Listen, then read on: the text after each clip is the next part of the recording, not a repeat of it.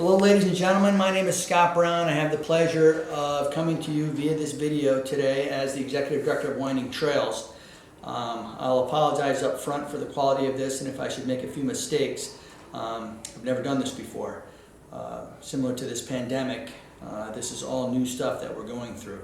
And I wanted to share a few thoughts with you today because there is a number of correspondence that will be coming to you in the next few days in regards to plans that the Board of Directors has adopted to make sure our facility is as safe as possible for you and our staff.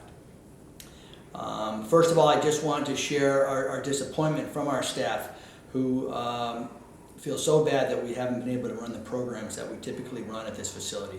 Yes, the park has been open, which has been wonderful, but the real connection we make with all of you is through our programs, and that's really what creates the Winding Trails community.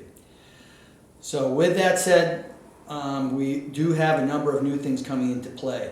The first thing you'll notice when you come into the park, and the first rule will be that we have decided to not allow members to bring any guests in beginning Memorial Day weekend. We're doing this for two reasons. One, that you can't social distance with guests in your car, and number two, we know we've got capacity issues.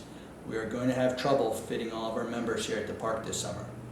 So for that reason, we are saying no more guests.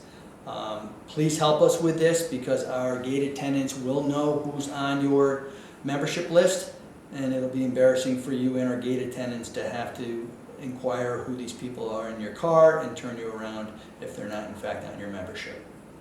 We will also have a series of questions placed at the gate in terms of your health. The standard CDC 4 or 5 questions that you just basically give a thumbs up or down. Again, if anyone, you or anyone in your car is sick, please do not come out to the park. We do not need that exposure here. So in addition, everybody in your vehicle should have a mask. That seems simple and what a standard procedure today, but you need to have a mask here when you enter the park.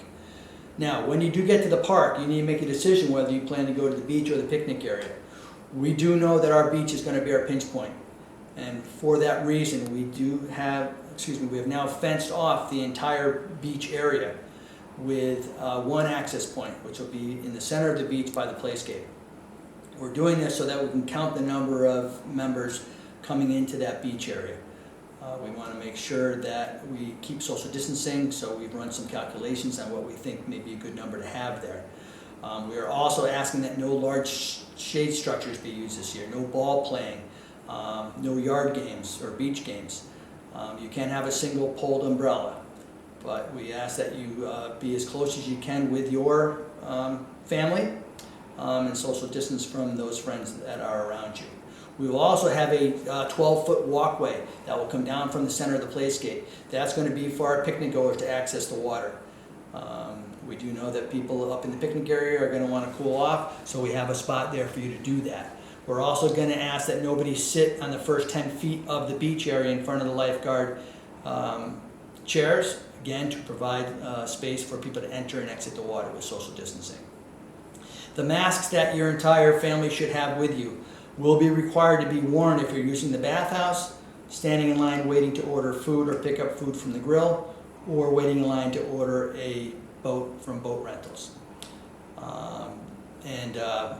You know, the use of the mask I know is a point of contention for some folks, but it is a state mandate currently and the best way to stop the spread of this virus.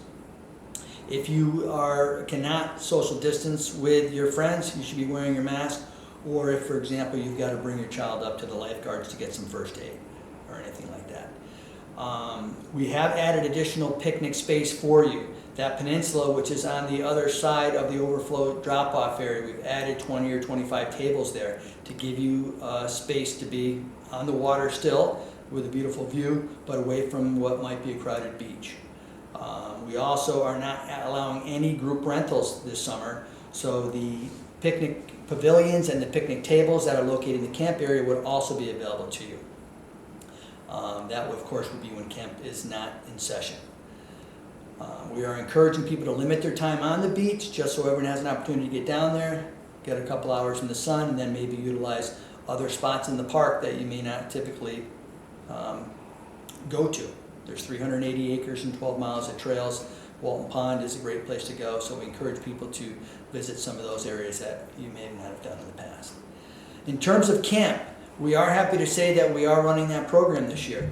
It is going to look differently, but these kids deserve a camp experience, and we are going to provide that. We will not be able to allow busing this year due to social distancing. So we do know we're going to have increased traffic in here at morning pickup and afternoon drop-off time. So with that in mind, we're requesting that you avoid coming in and out of the park between 8:30 and 9:30 or between 3 and 4 in the afternoon. We do realize that these rules that we're putting in place are not going to be popular with some of you, but we firmly believe they're necessary for the safety of both yourself and our staff. We will be providing additional information and perhaps videos as the weeks move forward. I'm sure you're going to have a lot of questions, and you're certainly welcome to email us those questions, and we will gather those together and either post them on our website and or have another video and answer those questions directly. This is an unprecedented time, and we are all stressed with this, and I ask and appeal to your patience, your understanding, and respect for your fellow members as we work our way through this. So stay tuned for more information. Thank you for your time, and be safe.